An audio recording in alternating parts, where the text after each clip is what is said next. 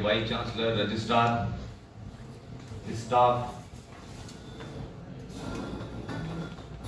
और जवान, youth, vibrant students, मैं अपनी बात शुरू करूं, कुछ 2-3 बातें इसलिए पूछना चाहता हूं आप लोगों से। अगर वो खबर है आपके पास, वो जानकारियां हैं आपके पास, तो बात आज वहीं से शुरू करना चाहता हूं मैं। पूरे देश में इस वक्त जो हंगामा है, दिल्ली के बड़े बड़े यूनिवर्सिटीज में जो आंदोलन हो रहे हैं, उसका कोई आइडिया है आप लोगों को कि नहीं? सच बताइएगा थोड़ा सा। अगर गुजरात के आपके प्रदेश से प्रधानमंत्री भी हो, गृह मंत्री भी हो, और उसके बावजूद भी गुजरात के लोगों को अगर दिल्ली के बारे में थोड़ा थोड़ा पता है तो ये गलत बात है। आपको तो ज्यादा पता होना चाहिए, इसलिए कि आपने तो ऐसे 2 लोगों को भेजा है जिनके बारे में जानकारी पूरी दुनिया को है, तो आपको तो ज्यादा पता होना चाहिए। आपका ज्यादा और आपकी ज्यादा जिम्मेदारी है। कुछ सीएए के बारे में सुना है आप लोगों ने? ये सीएए क्या है जिसकी वजह से पूरे देश में आग लगाई जा रही है, जिसकी वजह से पूरे देश में देश के टुकड़े करने की बात की जा रही है। हमारे देश में बहुत सारे नैरेटिव पिछले 70 सालों में क्रिएट किए गए, और ज्यादातर नैरेटिव में लोगों के पर्सनल इंटरेस्ट, पॉलिटिकल पार्टी के पर्सनल इंटरेस्ट तो थे, लेकिन कोई नैरेटिव ऐसा 70 साल में क्रिएट नहीं हुआ जिससे ये देश मजबूत होता, ये राष्ट्र मजबूत होता। सब लोग आए समय समय पे, कोई 19 साल प्रधानमंत्री रहा, कोई 16 साल प्रधानमंत्री रहा, सबने सत्ता पे पहुंच करके कैसे हमारी सत्ता बनी रहे, इसके अलावा राष्ट्र निर्माण में कोई काम नहीं किया। और अगर मैं उसको ये कहूं कि कुछ ऐसे हालात आपने पैदा किए, जो आपकी जनरेशन है, जो मेरे बाद की जनरेशन है, उसको इतना कंफ्यूज करा है आपने कि 70 साल की इस तथाकथित आजादी के बाद ना आपको इस देश का इतिहास सही तरह से पढ़ाया गया, न इस देश के सामने जो चुनौतियां थी उनको बताया गया। कभी कभी कुछ पार्टियों ने और कुछ निजी लोगों ने अपनी समस्या को राष्ट्रीय समस्या बना दिया। इसलिए दुनिया की सबसे पुरानी सभ्यता, इस सृष्टि पे एकमात्र धर्म, जब से ये यूनिवर्स है, जब से ये कायनात है और जब तक रहेगी, तब तक अगर कोई धर्म था, है और रहेगा, उस धर्म का नाम है सनातन। हमने अपने राजनीतिक स्वार्थ के चलते धर्म क्या है, मजहब क्या है, रिलीजन क्या है, इसको भी कंफ्यूज कर दिया। राजनीतिक नेताओं की बहुत ज्यादा जिम्मेदारी मैं नहीं मानता कि राजनीति में झूठ बोलने का अधिकार है, लेकिन विश्वविद्यालयों में टीचरों को, प्रोफेसर्स को, बड़े बड़े पत्रकारों को, वकीलों को, जो एक एवरेज इंडियन से ज्यादा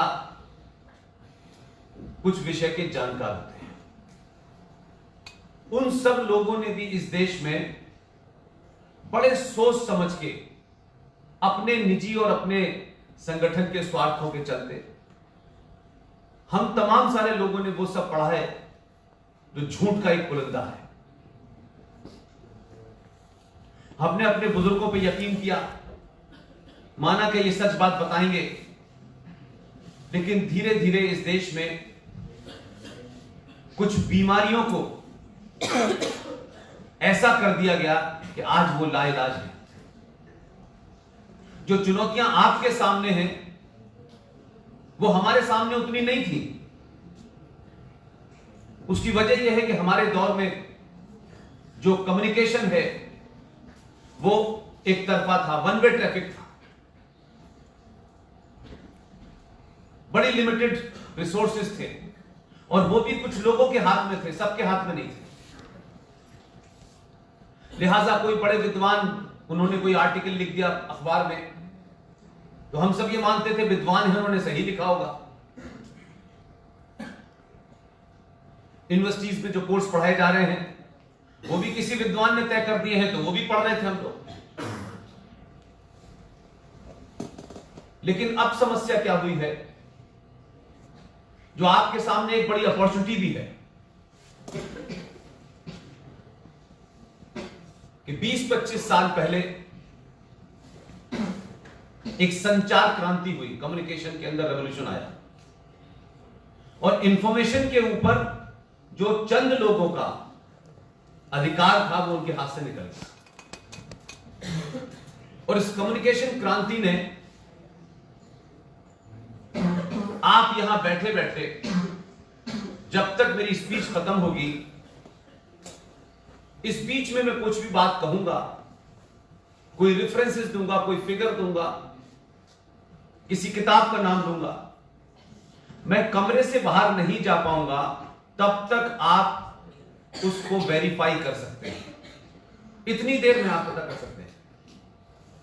उसके लिए आपको किसी से पूछने या किसी किताब को पढ़ के जाने की जरूरत नहीं।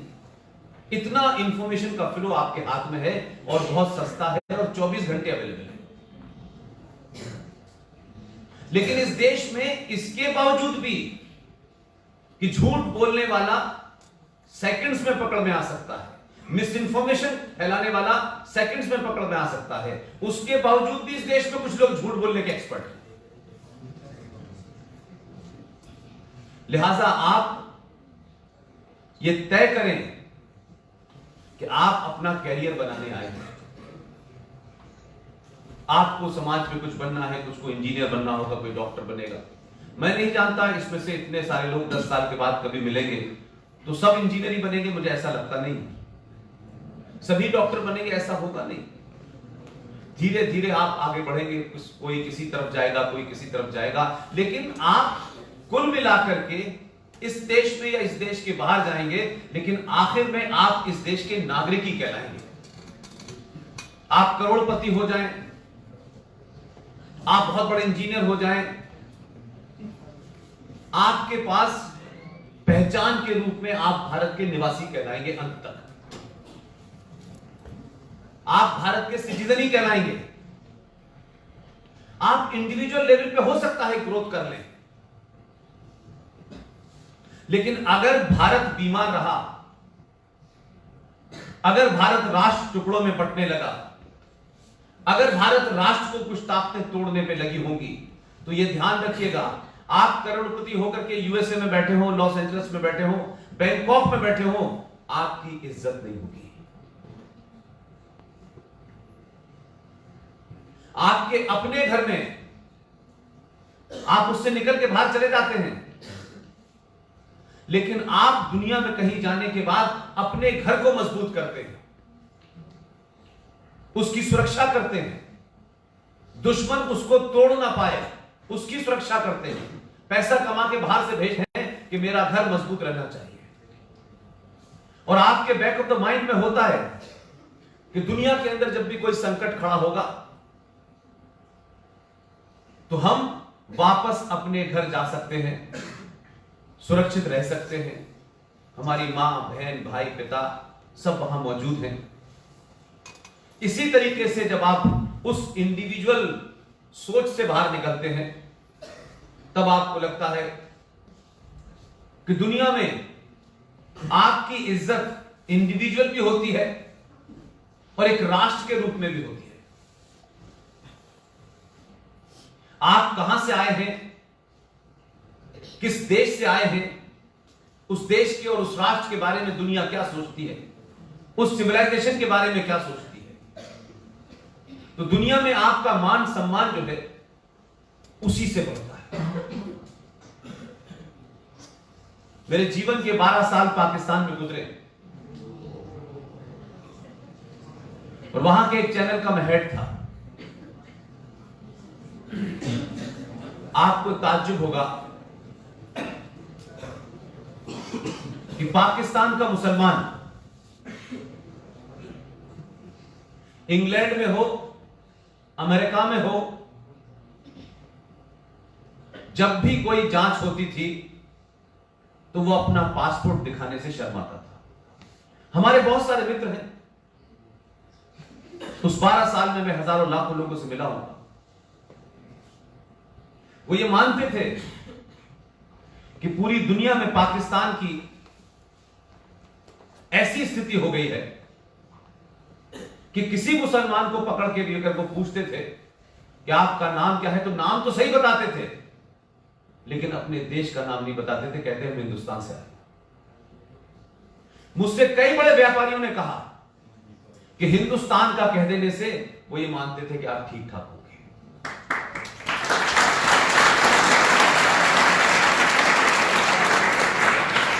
अपने देश की आइडेंटिटी छुपानी पड़ती थी उनको,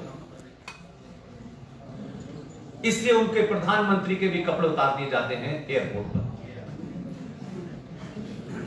तो ये जो छवि बनती है, ये देश के अंदर और देश के बाहर उस राष्ट्र के नागरिक बनाते हैं, उनकी जिम्मेदारी है। आज पूरी दुनिया में भारत को जो इज्जत मिल रही है वो किसी एक व्यक्ति के कारण नहीं मिल रही, वो व्यक्ति आपका नेतृत्व कर रहा है, इस कारण उस आदमी को भी मिल रही है। आपने ये देश 70 सालों में कैसा बनाया है, इस कारण मिल रही है। लेकिन कुछ लोग ऐसे भी होते हैं कि अगर उनकी एक आंख खराब हो तो वो अपनी आंख का इलाज नहीं कराते, बल्कि पूरे देश की एक आंख और फोड़ देते हैं ताकि सब उसकी तरह हो जाए। ऐसी भी सोच के लोग। दिल्ली में जो संकट है वो पूरे राष्ट्र का संकट है, और आप अगर उन संकटों को नहीं समझेंगे तो क्लास में आइए, पढ़िए लिखिए, आपके अच्छे नंबर आएंगे, आप पास हो जाएंगे, आप टॉप भी करेंगे, आपको बड़ी नौकरी भी मिल जाएगी। यह जीवन का एक बहुत छोटा सा हिस्सा है। लेकिन आपकी भूमिका एक राष्ट्र के अंदर क्या होनी चाहिए, यह आपको तय करनी है। हमने भी 30 साल पहले अपना कैरियर शुरू किया था। हमको लगता था कि बहुत पैसा कमाएंगे, बड़ा नाम होगा हमारा, हम बड़े जर्नलिस्ट बनेंगे। उसके लिए जो भी कुछ हम कर सकते थे मर्यादाओं में रहकर के, उनके नियम कानून को पालन करके हमने 25 साल तक जर्नलिज्म किया। बहुत सारी बात दिमाग के अंदर थी कि ये बहुत इंडिपेंडेंट लोग हैं, ये बड़े न्यूट्रल लोग हैं, यहां ये काम अच्छा होता है, वहां वो काम अच्छा होता है। इस 25 साल के सफर में जितनी निजी तौर पे ईमानदारी हो सकती थी, उस ईमानदारी के तहत पत्रकारिता की। एक समय 3 साल पहले ऐसा लगा कि इंडिविजुअल ग्रोथ वो तभी तक महान है जब तक राष्ट्र सुरक्षित है। इस्तीफा दिया और यह सोच के दिया कि जो बात कहने की ताकत उस दायरे में रह के नहीं हो पा रही है, उस दायरे में रह के मजबूरियां हैं, उसके कुछ नियम कानून हैं, उसमें रह करके ये देश को सच बताना मुश्किल हो रहा है। जो दीवार पे साफ साफ नजर आ रहा है उसको कन्वे करने में प्रॉब्लम हो रही है। तब नौकरी से इस्तीफा दिया और फिर लगा कि अब मेरे ऊपर किसी किस्म का बंधन नहीं है, किसी ऑर्गेनाइजेशन का मैं एम्प्लॉय नहीं हूं। उनकी पॉलिसी का कोई उल्लंघन नहीं कर रहा हूं, उस प्रोफेशन की मर्यादाओं को तोड़ नहीं रहा हूं। तब मैंने इस्तीफा दिया और उसके बाद पूरे देश में कुछ बातें तथ्यों के साथ, फैक्ट के साथ, रेफरेंसेस के साथ रखना शुरू की कि आखिर क्या वजह है कि एक देश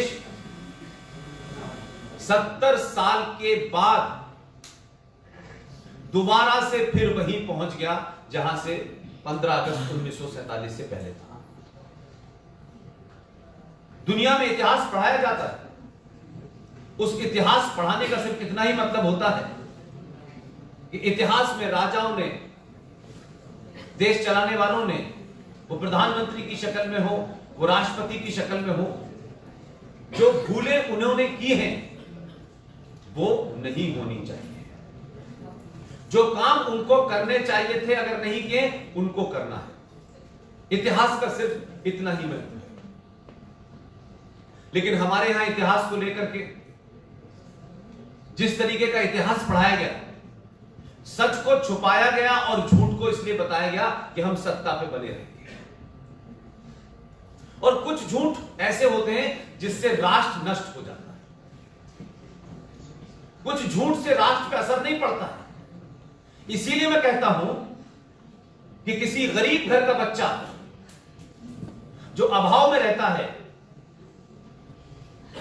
जो बहुत कमियों के बीच में पलता है, एक गरीब घर का बच्चा अगर बिगड़ जाए, बुरी आदतें डाल ले,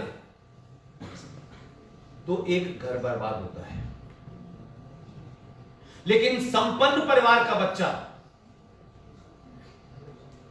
जो बहुत संपन्न होते हैं, बड़े बड़े स्कूल में पढ़ते हैं, डिग्रियां लेते हैं, और बड़े बड़े पद और डिग्रियों के बाद वो किसी बड़ी जगह बैठ जाते हैं, अपनी कैपेबिलिटी में पहुंचते हैं, अपनी एलिजिबिलिटी पे पहुंचते हैं। लेकिन एक संपन्न परिवार का बच्चा, एक पढ़ा लिखा बच्चा जब सत्ता या व्यवस्था के किसी पद पे बैठता है, अगर वो बुरा हो जाएगा तो राष्ट्र को नुकसान होता है।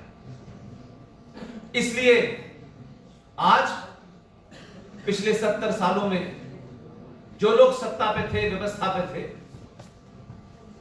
क्या वजह है कि आज हमारे देश में कोई भी फेस्टिवल आए, ईद आए, दिवाली आए, होली आए, राजकोट हो, दिल्ली हो, आसाम हो, तमिलनाडु हो, एक बात आप जरूर सुनते होंगे कि कल ईद है, ये एडमिनिस्ट्रेशन जारी करता है। कल ईद है, ईद शांतिपूर्ण संपन्न हो, इसलिए एडमिनिस्ट्रेशन ने सारे इंतजाम कर दिए।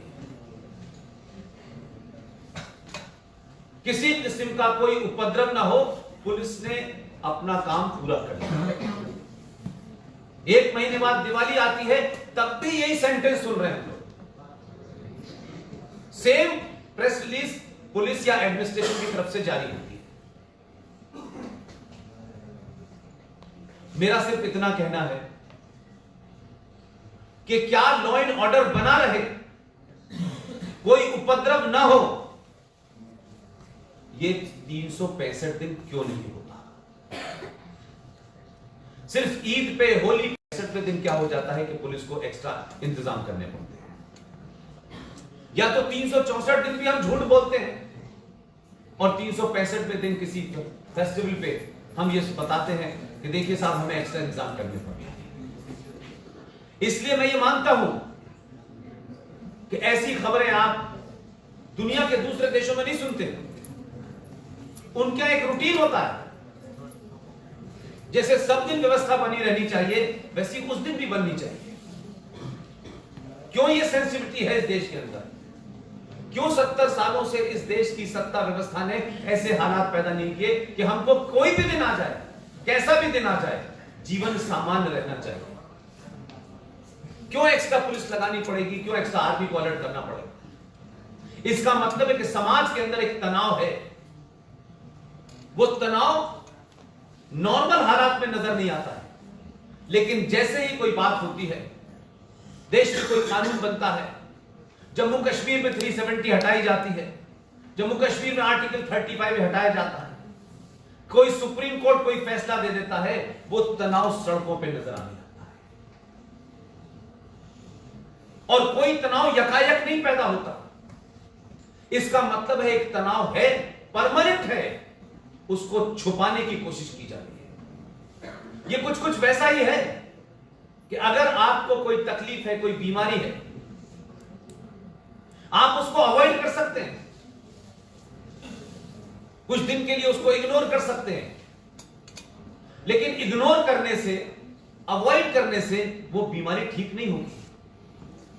आपको कभी ना कभी उसका डॉक्टर से इलाज कराना ही पड़ेगा।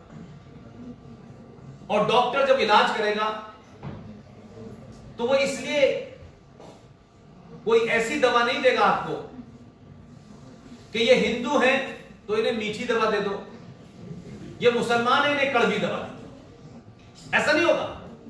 उस बीमारी को कैसे खत्म किया जाए, उसमें मरीज को तकलीफ होगी तो उसका मजहब और उसका धर्म देख के नहीं होगा, डॉक्टर वही करेगा कि बीमारी ठीक हो जाए। लेकिन हमारे यहां जो ताना बाना बुना गया है उसमें यही देखा जा रहा है, ये बीमारी है लेकिन इसका इलाज इसलिए मत कीजिए कि इनका मजहब कुछ और है, और इस इलाज को हम करेंगे तो ये मजहब वाले उस बीमारी को नहीं मानेंगे, और इनका इलाज करेंगे तो हम कोई दूसरी दवा देंगे और सच बात नहीं बताएंगे। बीमारी का इलाज तो एक ही होना है, वो किसी को भी हो, और उसमें तकलीफ होनी है। आप बीमारी को बड़ा करेंगे तो ज्यादा बड़ा ऑपरेशन होगा, ज्यादा सीरियस ऑपरेशन होगा, और बीमारी को शुरू में बताएंगे तो हो सकता है कुछ चंद दवा खाने से समाप्त हो जाए। हमने 70 साल में इस देश को ऐसे ऐसे कैंसर से ग्रस्त कर दिया है कि 70 साल के बाद यह देश छोटे मोटे किसी दवा से ठीक होने वाला नहीं। आपको सर्जरी करनी ही पड़ेगी। जो हमने भुगता है वो आपको न भुगतना पड़े। आप एक गर्व के साथ, सम्मान के साथ भारत के नागरिक कहने से शर्माए ना अपने आप। इसलिए न तो मैं डॉक्टर हूं, न मैं सत्ता में हूं, न व्यवस्था में हूं।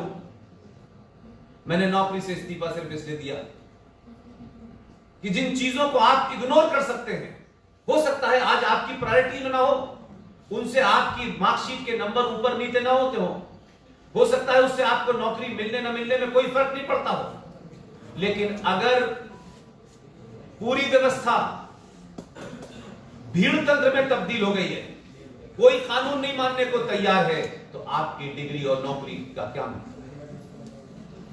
कहां नौकरी करने जाएंगे? उस डिग्री से क्या आपको लाभ होने वाला है? अगर राजकोट में हर तीसरे दिन कर्फ्यू लग जाए, आप अपनी नौकरी तक न पहुंचे, राजकोट में आपको रोज पुलिस के घेरे में निकलना पड़े, तो यह जीवन कितने दिन तक चलेगा?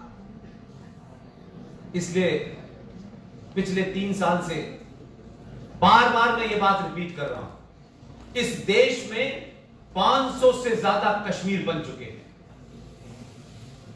एक कश्मीर को ठीक करने में 70 साल के बाद एक डॉक्टर जो आपने भेजा उसने ठीक किया है। लेकिन कश्मीर एक नहीं है, 500 है। जो कश्मीर में हो रहा है वो 500 जगह हो रहा है। इसलिए आपके विश्वविद्यालय में तो आपके टीचर्स ने मुझे बुलाया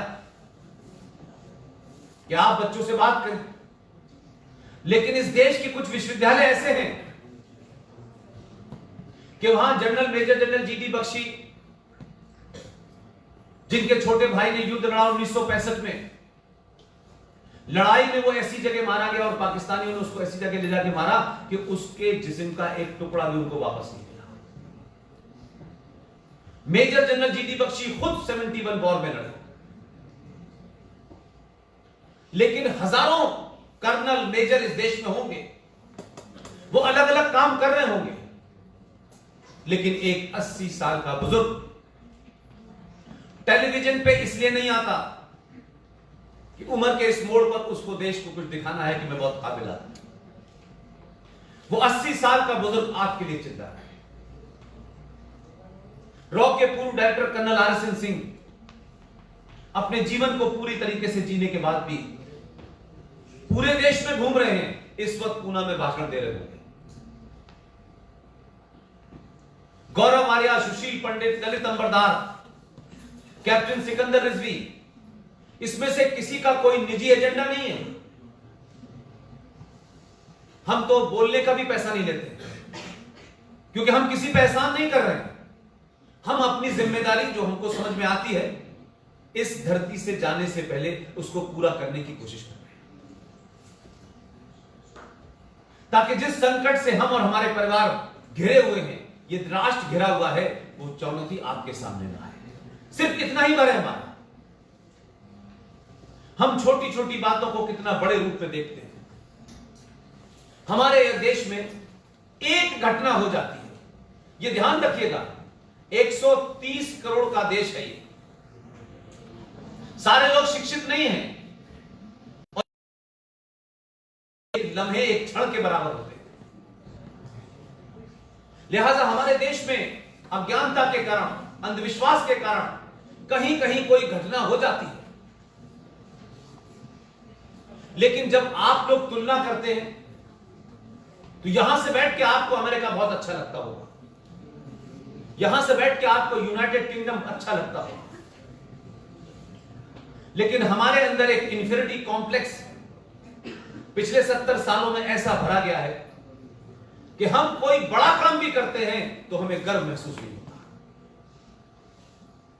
जब तक हम विदेशी शर्ट ना पहन लें तब तक हम स्मार्ट नहीं लगते। यह हमारा संकट है क्योंकि हमें इसी तरीके के माहौल में बड़ा किया गया है। भारत की आबादी कितनी है यह आप सबको पता है। हमें 70 साल हुए यह भी आपको पता है। अमेरिका की आजादी को कितने साल हो गए? कितने साल हो गए अमेरिका को आजाद हुए? अमेरिका की आबादी कितनी है? सवाल पूछ रहा हूं, इसलिए मैंने कहा कि तथ्यात्मक एक पढ़े लिखे एक इंस्टीट्यूट के छात्र को जब तक तथ्य और फिगर करेक्ट नहीं होगी आपका जवाब भी कभी सही नहीं होगा। 350 साल हो गए उनको। दुनिया की सबसे पुरानी डेमोक्रेसी है वहां, सबसे पुरानी है। मात्र 35 करोड़ की आबादी है।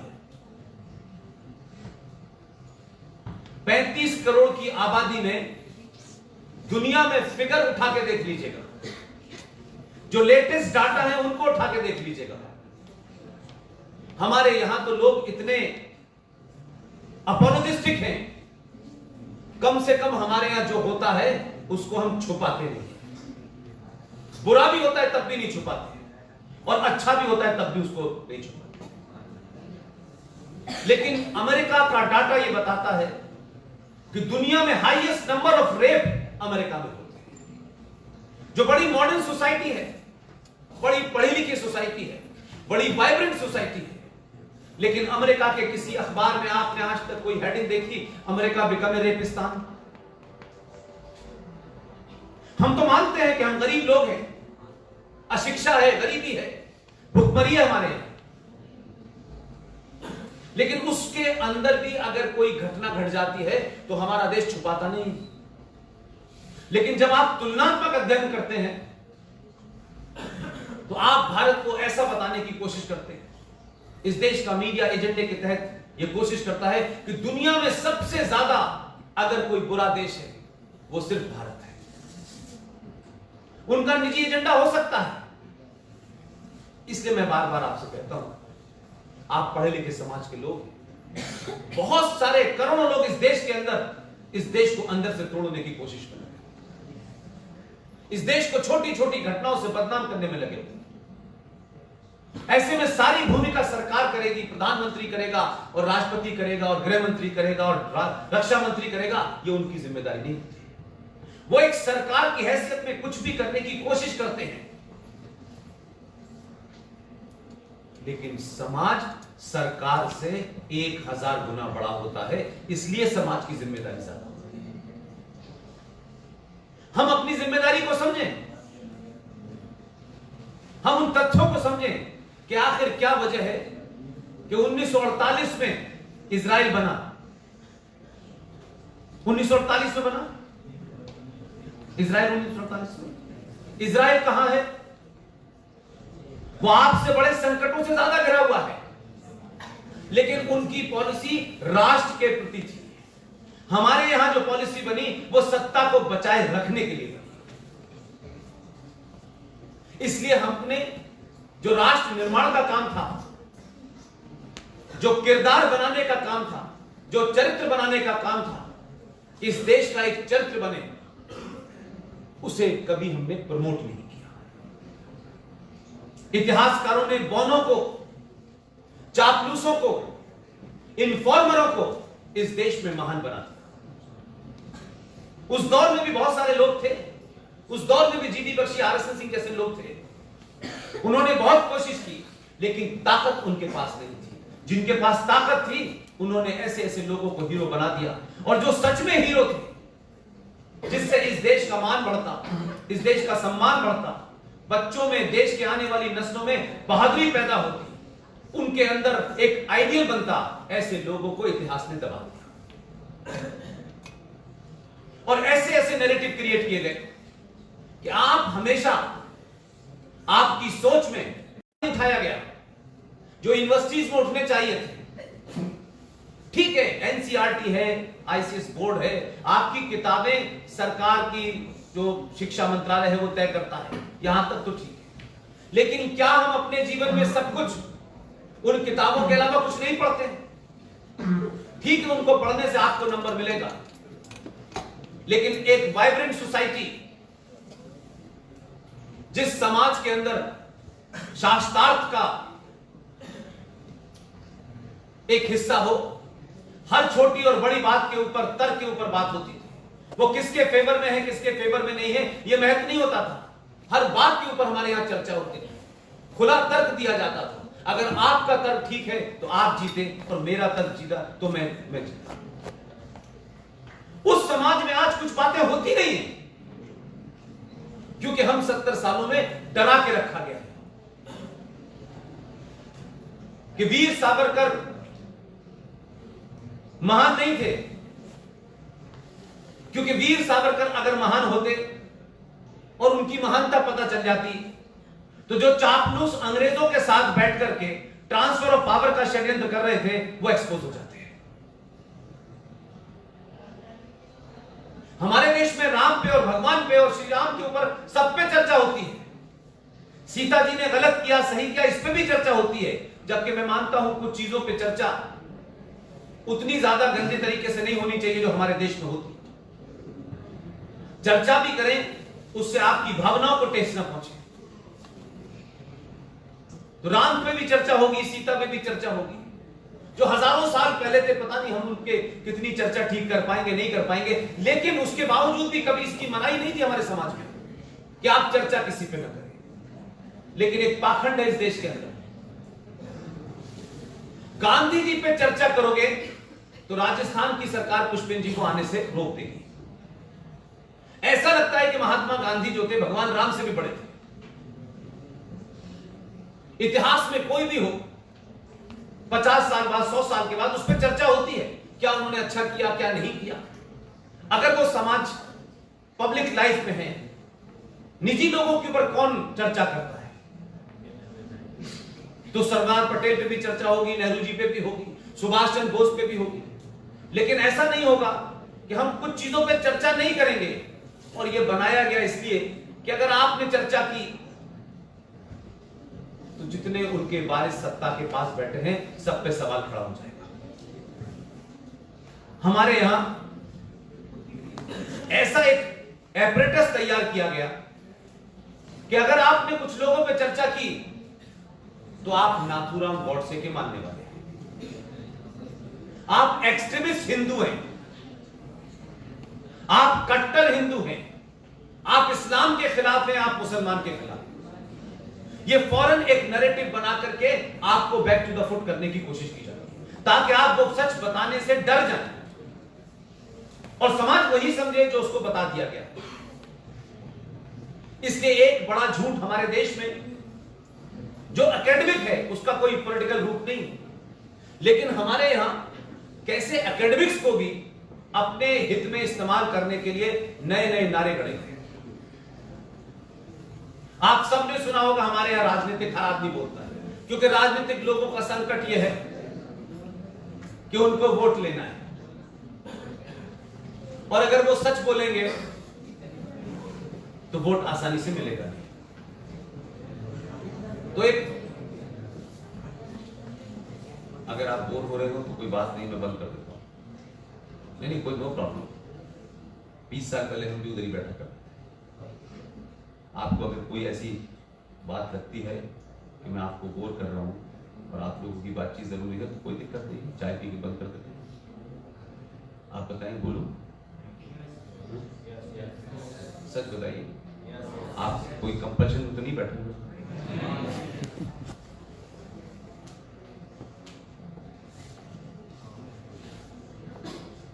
गांधी जी के बारे में पढ़ा आपने? बहुत पढ़ा होगा। लेकिन क्या सुभाष चंद्र के बारे में पढ़ा आपने? क्योंकि किताबों में पढ़ा नहीं। इसलिए मैंने कहा कि आपके सामने तो आसानी यह है, मैं क्या कहता हूं, मैं क्या तथ्य देता हूं, ये सब आज के इस छोटा सा जो हथियार आपके पास है, जिसे मोबाइल कहते हैं, उसके माध्यम से आप सच और गलत पता कर सकते हैं। और आपके यहां की किताबें लिखी गई हो, इरफान हबीब ने लिखी हो, रोमिला थापर ने लिखी हो, एस.एन. शर्मा ने लिखी हो, जो किसी एजेंडे के तहत लिखी गई थी, क्योंकि इन 3 लोगों के अलावा देश में कोई विद्वान नहीं। लेकिन और लोगों ने कौन कौन सी किताब लिखी है, और लोगों ने उस वक्त की जो कमेंट्री लिखी है, वो जो छुपा दी गई थी, वो आज आपके पास है। आप उसे देख सकते हैं, पढ़ सकते हैं, क्रॉस चेक कर सकते हैं। 21 अक्टूबर की डेट भारत के इतिहास में इंपॉर्टेंट है कि नहीं? कभी सुना इस डेट के बारे में? 21 अक्टूबर 1943 को नॉर्थ ईस्ट, जो हमारा हिस्सा है ईस्ट में, जिसे हम 7 सिस्टर्स भी कहते हैं, उसी 7 सिस्टर्स में एक मणिपुर जगह है। की इंडियन नेशनल आर्मी ने, मैं उसके बहुत पीछे नहीं जाना चाहता कि सुभाष बोस यहां से कहां गए, जर्मनी के, वो मैं उसको स्किप कर रहा हूं। सुभाष चंद्र बोस ने मणिपुर के मोयान इलाके से लेकर के पूरे इलाके पे कब्जा कर लिया था, और भारत आजाद नहीं था। ये 1943 की बात बता रहा हूं। उनकी आईएनए फोर्स के अंदर कमांडर शौकत मलिक थे। उन्होंने अपनी करेंसी भी जारी की, बैंक भी जारी किया, और भारत की आजादी की घोषणा 21 अक्टूबर 1943 में कर दी। और कमांडर शौकत मलिक से कहा, ये जो एक गीत अक्सर आप गाते हैं, जो सुभाष चंद्र बोस की आर्मी का गीत है, कदम कदम बढ़ाए जा, सुनाया आपने? यही गीत गाते हुए शौकत मलिक साहब को यह कहा कि आप दिल्ली जाएं और लाल किले पे झंडा फहराएं। डेट्स का ध्यान रखिए जो मैं कहना चाहता हूं। 21 अक्टूबर 1943 की घटना है। शौकत मलिक साहब मोयान से चले, बाहर निकले, और थोड़ी दिन के बाद गायब हो गए। वो दिल्ली नहीं पहुंचे। 1943 में जो आदमी ब्रिटिश सरकार के होते हुए भारत की आजादी की घोषणा कर दे, आप में से अगर कोई बंगाल से यहां हो तो बंगाल की लाइब्रेरी में जाइएगा। इसलिए मैंने कहा कि बहुत पीछे नहीं जाना है, 500 साल पुरानी बात नहीं करना कि औरंगजेब ने क्या किया था। उस वक्त के तमाम अखबार पढ़िए जो बंगाल में थे। उस वक्त भी बहुत सारे लोगों ने सत्य लिखा था, लेकिन वो सत्य इस देश तक नहीं पहुंचा। जब मोयान की घोषणा की और जब वो आगे बढ़ने वाली फौजें थी, तो बंगाल के घरों के बाहर महिलाएं और पुरुष, महिलाओं ने अपने सारे जेवर और पुरुषों के हाथ में जिसपे डंडा था, फरसा था, कुलाड़ी थी, सब उस इंडियन आर्मी को के साथ ज्वाइन करना चाहते थे। इंतजार कर रहे थे सुभाष चंद्र बोस का कि वो मोयान से चल के बंगाल जाएं और फिर आगे जाएंगे। ये घटना किसी किताब में पढ़ी आपने? ये नहीं बताया गया। इसलिए मैंने कहा 70 साल का कालखंड कोई बहुत बड़ा नहीं होता। लेकिन ताज्जुब है कि जो शख्स 1943 के अंदर इतना बहादुर था, 47 आते आते यकायक गायब हो गया। एक थ्योरी आई कि वो कहीं हवाई जहाज क्रैश में मारे गए, एक थ्योरी आई कि रशिया ने उसको पकड़ लिया। ये 70 सालों इस पे विवाद होता रहा, पता नहीं चला सच्चाई क्या है। आज तक उनके जाने की कोई खबर ऑथेंटिक है ही नहीं। अब पता चल रहा है कि जिस जहाज का जिक्र किया जाता था वो तो जहाज उड़ा ही नहीं था, तो क्रैश कैसे हुआ? ये सिर्फ मैं इसलिए नहीं बता रहा हूं आपको कि आप सोचिए कि जब इस मुल्क के लिए लड़ रहे थे और लड़ने के बाद आजादी की तरफ बढ़ रहे थे, तब भी इस देश के अंदर गद्दार थे, तब भी लोगों के निजी एजेंडे चल रहे थे। अनुज धर का नाम आपने सुना होगा, मुझसे छोटी उम्र के हैं, बहुत बेहतरीन इंसान है। उनका किसी पॉलिटिकल पार्टी से कोई कनेक्शन नहीं है। और हम 12-13 लोग जो पूरे देश में बोल रहे हैं, हमारा ना पॉलिटिक्स में जाने का कोई इरादा है, ना हमारा चुनाव लड़ने का कोई इरादा है, ना हम किसी पार्टी के 2 पैसे के मेंबर हैं, ना हम किसी संगठन से कनेक्टेड हैं, ना हमने किसी से ये कहा कि हम ये काम कर रहे हैं तो बहुत बड़ा एहसान करें। अपनी मर्जी से कर रहे हैं। लोग बुलाते हैं, हम जाते हैं, बोल के चले जाते हैं। इन तमाम सारे लोगों में अनुज धर ने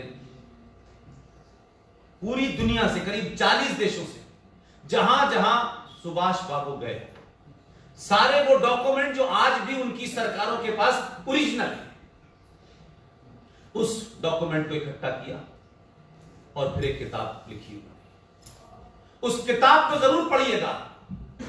उन्होंने उस पर कोई इंटरप्रिटेशन नहीं दी है, सिर्फ जो फैक्ट डॉक्यूमेंट थे वो लाके इकट्ठे कर दिए। लेकिन उसका क्रक्स ये बताना चाहता हूं मैं कि 2019 में मेजर जनरल जीडी बख्शी और आरएसएन सिंह के नेतृत्व में हम लोगों ने एक लड़ाई की। हमने कहा कि हमें कुछ नहीं पता है। नेताजी सुभाष चंद्र के सिलसिले में जितने भी सीक्रेट डॉक्यूमेंट हैं उनको डीक्लासिफाई कर दिया जाए, जो भारत सरकार के पास रखे हुए थे, जो अंग्रेजों के पास रखे हुए थे।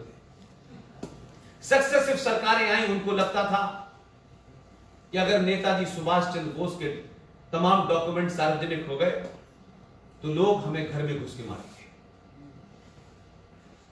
लेकिन सच की एक बड़ी अजीबोगरीब फितरत होती है। सच को आप जितना गहरा दबाएंगे, वो 10 साल हो, 20 साल हो, 100 साल के बाद उतनी ही ताकत से बाहर निकलता है।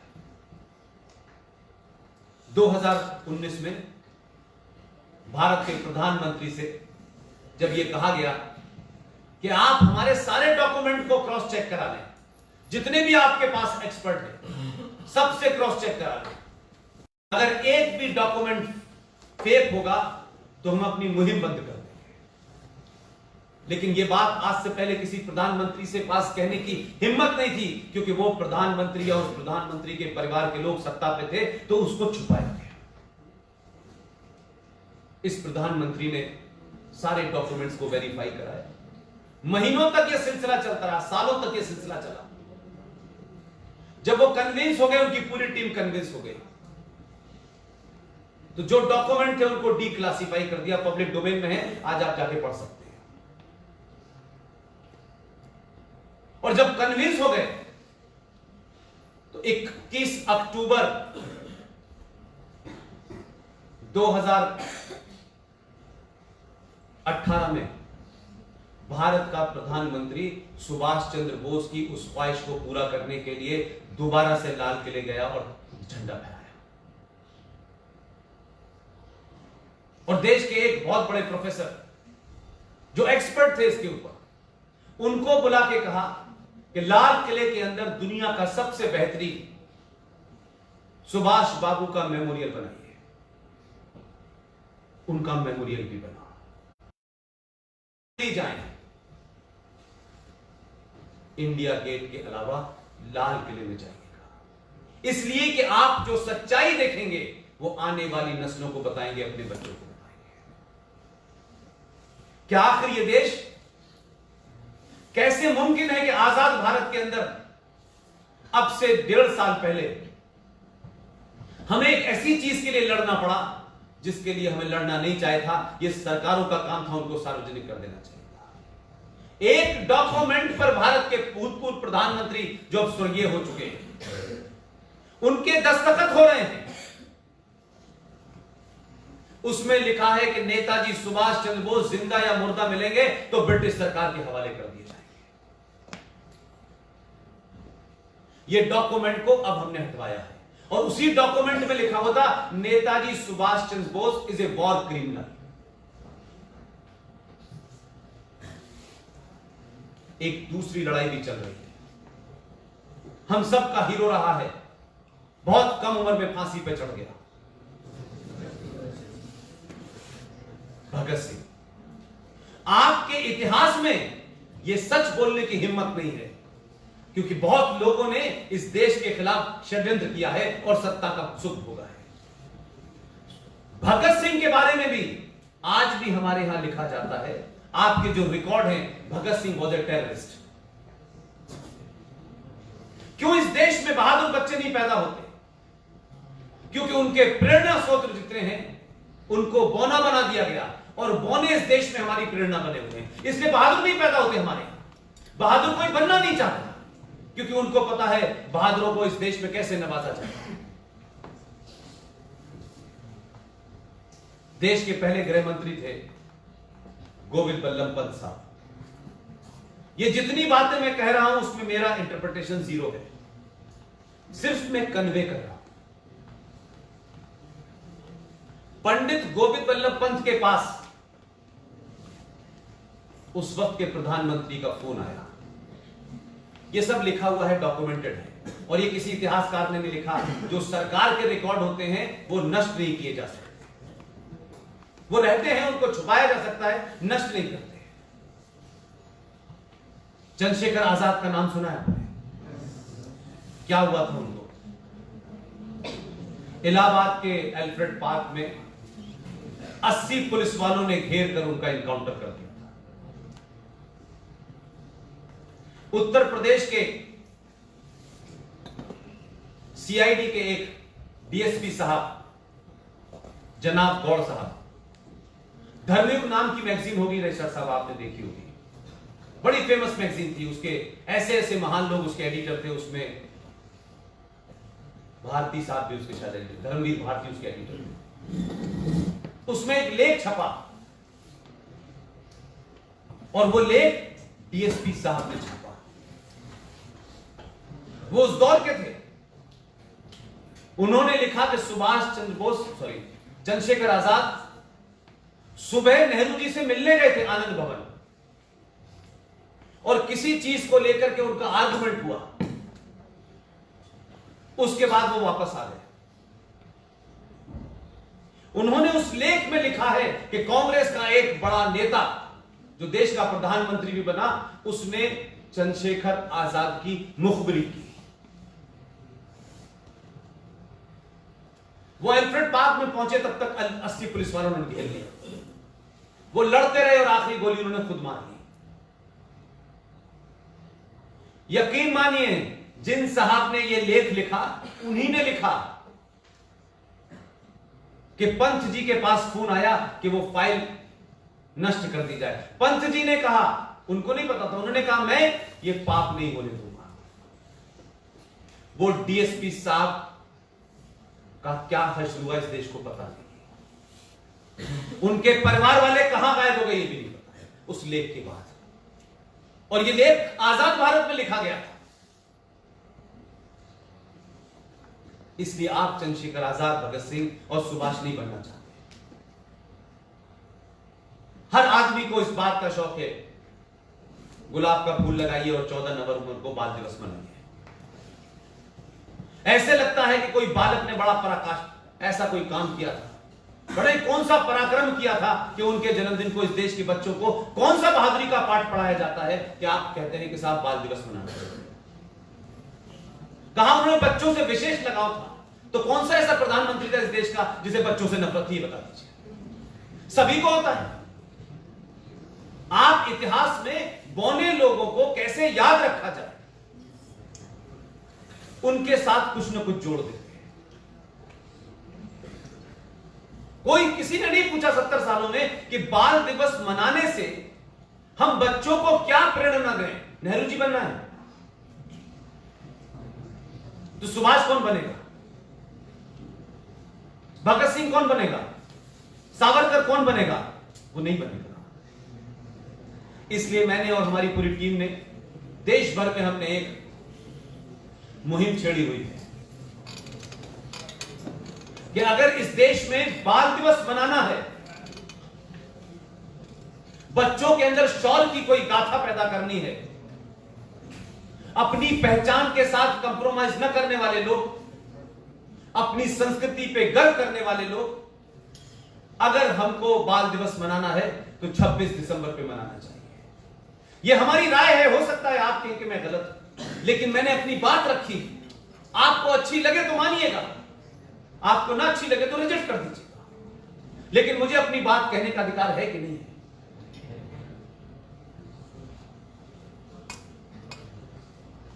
गुलाम भारत में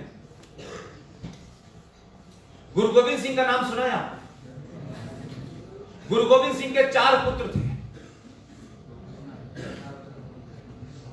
गुरु गोविंद सिंह के 4 पुत्रों में से 2 पुत्र चमकौर के युद्ध में एक संधि हुई मुगलों के साथ में, क्या आप हमें सेफ निकल जाने का रास्ता देंगे? मुगलों ने उसको माना, लेकिन उनके दोनों जो बड़े बेटे थे वो जब फौज लेके निकल रहे थे तो धोखे से दोनों को मार दिया। ये महत्वपूर्ण नहीं है, ये युद्ध में होता है, युद्ध में धोखा दिया जाता है, और जो लोग धोखे से आए हो इस मुल्क में वो धोखा देना उनकी फितरत है। लेकिन उनके जो 2 छोटे बेटे थे, साहबजादा जोरावर सिंह, साहबजादा फतेह सिंह, एक की उम्र 6 साल थी, दूसरे की उम्र 9 साल थी। कभी आपको पंजाब जाने का मौका मिले, सरहिंद जाने का मौका मिले, उसका इतिहास मैंने नहीं लिखा, पिछले 100 साल से लिखा हुआ वहां लटका हुआ है, उसे पढ़िएगा। ऐसी कोई बात इस देश के लोगों को, बच्चों को नहीं बताई जा रही जिससे बच्चे ये फक्र करें कि हमको बनना क्या है। इंजीनियर, डॉक्टर तो आपकी नौकरी का मामला है, लेकिन इसके अलावा भी बड़े कैरेक्टर हैं। उन दोनों बच्चों से सरहिंद का नवाब वजीर खान, उसने हुक्म दिया कि इन बच्चों को इस्लाम कबूल कराना है। वजीर खान के लेफ्टिनेंट ने उन बच्चों से कहा, 6 साल का फतेह सिंह और जोरावर सिंह 9 साल का। मैं ये बात आपको इसलिए कह रहा हूं कि इसका जिक्र भारत के इतिहास में नहीं आता, और ये 705 की कहानी है, 1705 की, सॉरी, कोई बहुत पुरानी नहीं है। तो हमारे यहां इतिहास भी सेलेक्टिव तरीके से लिखा गया कि असली हीरो ना पता चले, अजीब अजीब कहानियां कर दी गई हैं, उनका कोई अता पता नहीं। जब वजीर खान के लेफ्टिनेंट ने कहा कि आपको इस्लाम कबूल करना पड़ेगा, 6 साल के बच्चे ने, वो वहां लिखा हुआ है सब कुछ, उस दौर के लोग जो थे उन्होंने ट्रांसफर करके लिखा पूरा का पूरा। उस बच्चे ने कहा, मैं वाहे गुरु के अलावा किसी को कबूल नहीं करूंगा। दोनों बच्चों को जिंदा दीवार में चिनवा दिया गया, और जब उनकी मौत हो गई 26 दिसंबर को, उसी दिन जोरावर सिंह और फतेह सिंह की दादी को पता चला, उस सदमे से उनकी भी मौत हो गई। और मौत होने के बाद जब यह हुआ कि इनको दफन करना है, इनका क्रियाक्रम करना है, वजीर खान ने उनके लिए जगह नहीं दी। राजा टोडरमल ने कहा, इन दोनों बच्चों की लास्ट राइट के लिए जितनी जमीन चाहिए मुझे बता दो, मैं उतनी अशरफी देने के लिए तैयार। उस पूरे जमीन के टुकड़े पे अशरफियां दी गई, राजा टोडरमल ने दी, और आखिर में फिर उनका दाह संस्कार हुआ। लेकिन यह घटना पता न चले देश को, तो क्या 26 दिसंबर को बाल दिवस होना चाहिए कि नहीं होना चाहिए? अगर यह बाल दिवस होगा तो आपके अंदर एक सम्मान का भाव, आपके अंदर एक पुरुषार्थ का भाव जगेगा कि नहीं जगेगा? लेकिन यह बात नहीं बताएगी। लेकिन इससे आगे की एक कहानी है। यह बात आ रहा है, इस देश की बौनी राजनीति ने 1984 में सिखों को कत्लेआम किया, किसी एक पार्टी के गुंडों ने किया, यह एक अलग बात है। लेकिन सच को समझाने के लिए मुझे नहीं पड़ रही है। माधव दास जी एक सनातनी ब्राह्मण थे। उन्होंने जब अमृत चखा तो अमृत चखने के बाद वो भाई बंदा सिंह बने, और उन्होंने यह प्रण लिया कि गुरु गोविंद सिंह के दोनों पुत्रों को जिस सरहिंद के राजा वजीर खान ने हुक्म दिया था, जब तक मैं उनका बदला नहीं लेता तब तक मैं सनातनी नहीं कहलाऊंगा। युद्ध हुआ, उनका टारगेट सिर्फ वही था। उस बंदा बहादुर ने युद्ध में उस वजीर खान की गर्दन रख दी। सरकारें बदलती हैं तो फर्क कैसे पड़ता है? हमने बंदा बहादुर का इतिहास नहीं पढ़ा था, लेकिन सरकार बदलती है तो दिल्ली के अंदर एक जगह है मंडी हाउस, सुना है आपने? उस मंडी हाउस के एक मेट्रो चौराहे के ऊपर आदमकद मूर्ति पिछले 100, 200, 500 साल के बाद लगी है बंदा बहादुर का। उसको पढ़ेंगे तो आपको अपना इतिहास समझ में आ जाएगा। आपने दिल्ली में 3 मूर्ति का नाम बहुत सुना होगा, सुना है? ये 3 मूर्ति क्या है आपको बताएंगे। 3 मूर्ति पे 3 मूर्ति लगी हुई है, और 3 मूर्ति पे जो घर बना हुआ है वहां वाइसरॉय रहा करता था। बाद में आजाद भारत के बाद भारत के वाइसरॉय रहने लगे उसमें। 3 मूर्ति का इतिहास बता के मैं समाप्त करता हूं अपनी बात। आप लोग की क्लास का मामला है। इजराइल में एक शहर है हाइफा। वो हाइफा शहर ऑटोनोमस एम्पायर जो थी टर्की की, उसने उस पर कब्जा कर लिया। इसलिए पुरुषार्थ कोई, मैं आपको 1947 के बाद पैदा